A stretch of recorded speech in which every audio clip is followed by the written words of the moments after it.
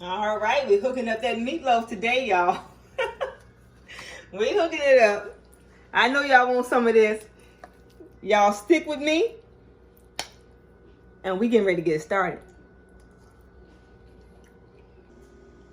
Okay, so we're gonna get this meatloaf recipe started today, y'all. Now, when I'm doing my meatloaf, I like to put all of my ingredients in the bowl first, mix it all together, and then add my ground beef. So we're gonna start out with so many things to start off with because it has so many ingredients in a meatloaf, huh? We're gonna start off with a fourth cup of barbecue sauce.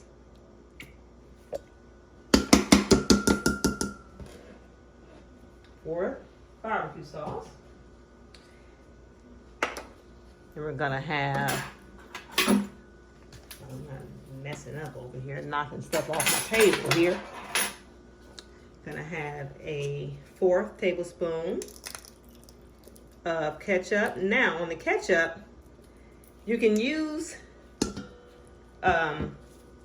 spaghetti sauce. Actually, spaghetti sauce is what I use at my restaurant, but I did not have any, so I am doing with ketchup today. I like them both.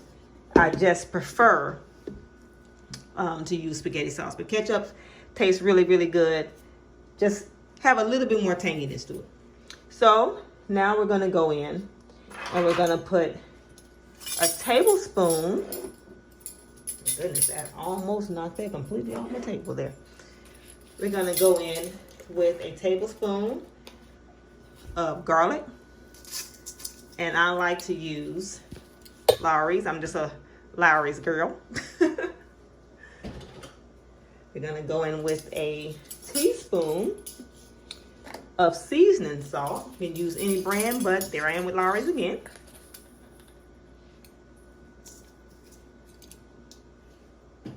We're gonna put a half a teaspoon of pepper. Half a teaspoon of pepper.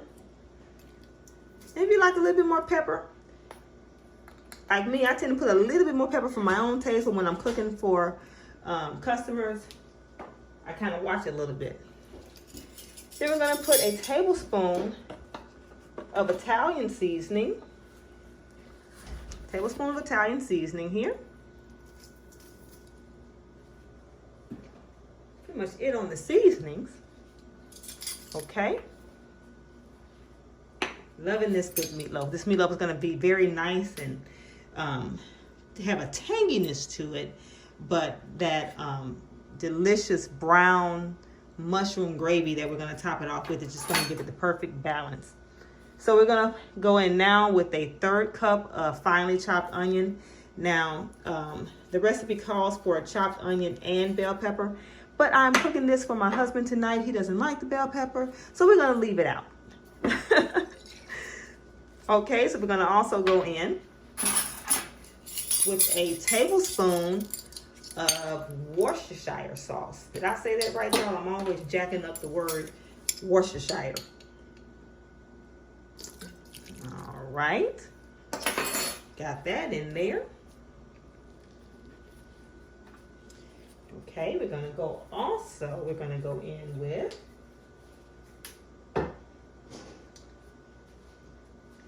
one large egg. Now, this one large egg, I looked in my refrigerator and realized I did not have a large egg, but I did have egg substitute. So I'm just gonna pour just a little bit in here to kind of make up for that. So that, along with 1 cup of cornbread stuffing. Now you can use cornbread stuffing. You can use a cup of breadcrumbs. You can use a cup of croutons, as long as you like put it in a bag and kind of beat it a little bit with something where you can, like a nice cup or something. Like I did that because the stuffing bread piece was a little bit larger than I like. But you can use either one of those for your bread. Okay, so we're gonna go in and we're gonna make sure that's all mixed in. I'm losing a little light here. I'll be right with. Give me just a second. I'll be right back with you. Okay, now I changed my bowl out from that stainless steel bowl to my little sunflower bowl I like to use. It wasn't, it was giving too much glare on it. I had to change that out. I didn't want to blind y'all with that bowl. So I got my little sunflower bowl. So we're mixing everything in. Make sure everything is nice and incorporated here. And I do it like this because it's just easier to blend it to mix it in rather to the meat when it's all mixed in first. So now you're not trying to incorporate the pepper and the Italian seasoning, the garlic and everything else into the meat all at different times. You're trying to just do it. Everything already has its own mixture now. It's just one big mixture, and then you're gonna just mix the meat. So that's the way I do it, and that's the easiest way to do it for me. Okay, so to this mixture we're gonna add 2 pounds of ground beef, and I like 80-20 when it comes to the ratio of leanness. So now we're just going to begin to just mesh all that together. So good. I thought I had more bowls here, y'all, but I got to get some more. I haven't had time to go shopping, so I promise I'm going to have some nicer bowls as I continue to film recipes. Okay, y'all, so I'm going to continue getting this all in here. Not going to bore you while I'm doing this, and I'll be back with you. So I've been mixing this now for about 2 minutes. And it's important to mix it real good to make sure all of the ingredients is incorporated into this meat evenly and perfectly. I don't know how many of y'all have had a meatloaf from someone before, and one part will be kind of heavily seasoned, another part won't be too seasoned at all, and it's just because it doesn't take enough time, I guess, to just put it in, to just really get all of the pepper and garlic and all the other ingredients mixed in properly. So all this is mixed in just right. We're going to go ahead and get our baking dish, mold this real good, put it in the oven, and we're going to start that delicious mushroom gravy. Okay, y'all, so I've since transferred this to our 9 by 12 inch baking dish here. And you could go actually a little bit smaller baking dish. This is the size I had because, the meatloaf can get a little greasy. So you do want the meat to be able to cook without anything spilling over. So you do want to have a big enough pan. So we're just going to come in here and mash together here, and I really take my time and do this. I mash, then turn the casserole dish around again, and I just continue to do it because nothing is worse than a meatloaf that has not been molded correctly and is so noisy. Let me put something underneath this here. Then a meatloaf, nothing's worse than a meatloaf that has not been molded correctly and it has holes all in it. So I just take time. You have to show it a little love. I think that's probably the reason why we own a soul food restaurant, is because everybody knows soul food has that extra love in it. So I smash down. I just make sure all the little air pockets out of there. That way when it bakes up nice and firm, so you can get nice firm cuts when you cut your meatloaf for servings. So I'm going to finish molding this here and get ready to put this in the oven. Now I would say we have this meatloaf molded good enough here. It's nice little loaf here. It's going to cut up real good. We're going to bake this on 350 degrees. I would say, well, normally at work I bake it for an hour. This is a smaller loaf, so it's going to be at least about 45 minutes still to bake throughout, but we're going to look at it after about 30 minutes, and we're going to start the baking process covered. That way it doesn't brown too much on top before it's done in the inside. So we're going to bake it covered up at first, and then we'll take the foil off, because that's, of course, why I covered it up with foil, And we're gonna remove the foil and let it get nice and brown. Okay, y'all, this meatloaf has been baking for about 45 minutes, and this is about how it looks when it comes out the oven as a result of baking with the foil on top. So we're going to remove the foil, which I've already removed the foil, and we're going to put it back in there. From the looks of it, it's going to be at least about another 20 minutes.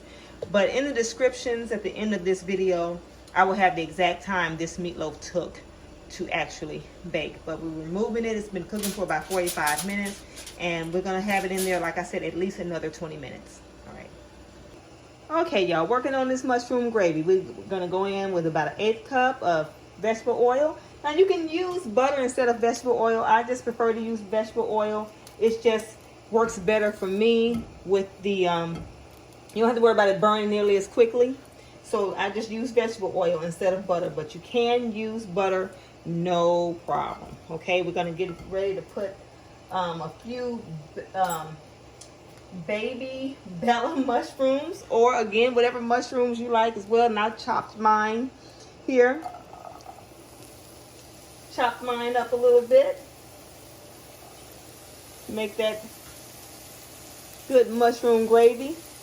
I'm gonna go in and add a teaspoon of garlic, a teaspoon of pepper,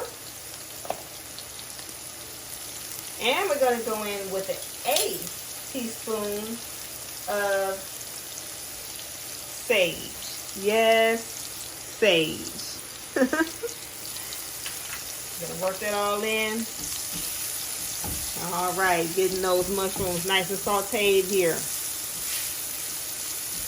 All nice and sauteed. I'm gonna already start my water here for my gravy, making sure it's nice and hot. All right, gonna work that down real good. Okay, so now we're gonna go in and add a 1/4 cup of flour. That's just some all-purpose flour into this mixture here. You hear a little noise back there. I forgot to turn that water on because I want to make sure that the water that I pour in here is nice and hot, because if I don't, it takes forever for the gravy to thicken if you pour it in there and it's not hot like you really need it to be. So I'm just working that in there. And nice and hot. As we get ready to pour this water in here.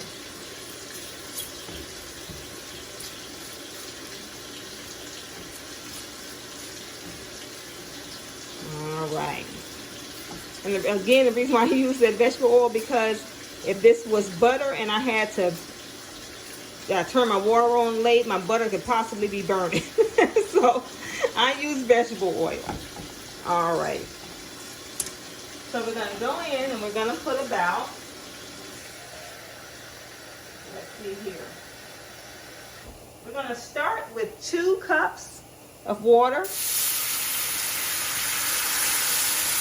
And depending on how that thickens, we'll add up to 2 more cups. And the reason why I say that is because some brands of flour, depending on what kind of flour you're using, they thicken up better than others when you're making your gravy. And I don't know what brand of flour you're using, and I don't want to say, oh, you have to use this brand or that brand. So if you just start off with a little bit less water, you can always add a little bit more as needed. And you know what consistency, what the thickness that you want. You know how thin you want it. You know how thick you want it. So we're just going to work that in here, and we're going to see if I need more water. We're going to check it out. Okay, so while that's thickening up here, we're going to go in and add a tablespoon of beef base. And whatever brand of beef base you use, oh, there go me with this camera again, it's totally up to you. I use all kind of different brands of beef base. So it really doesn't matter. Okay, I'm gonna work all this beef base out of this tablespoon. Okay, so I have that beef base in here. I'm stirring it in real good here. And again, I put in two cups of water, and we're just gonna see if we're gonna need to add more, or if this is the consistency we want. All right, be back with you. Okay, so with just my 2 cups of flour, is beginning to thicken up real good here. Not quite as thick as I like it. So I'm gonna stir it about another minute and a half and see how much it thickens. And I'll see if I need to add more water, but right now it's coming along nicely. And this is exactly how you need to work it. You need to give it time. You need to give it time and cook it on a heat where you can see a little bit of boiling, but just not too rapid. Because if it's not boiling at all, it's really going to take a long time to thicken. All right, so we're just going to keep working that down for about another 2 minutes or so. Okay, y'all, the meatloaf has cooked for about an hour and about 20 minutes total. And this is about how you want it to look when it's fresh out the oven. Of course, no gravy has been poured on top. It's just sitting over here. It just came out. You want to let it sit for at least a minimum of 15 minutes so the juices and everything will have time to set in there, because if you cut it while it's too hot, the juice and everything will just go everywhere. So we're going to just leave this over here while we're finishing up this gravy, and I will show you the finished product. Okay, y'all, I think I got the perfect consistency with that beef base working in there real good, y'all. Real good. It still wants to, oh yes, so good.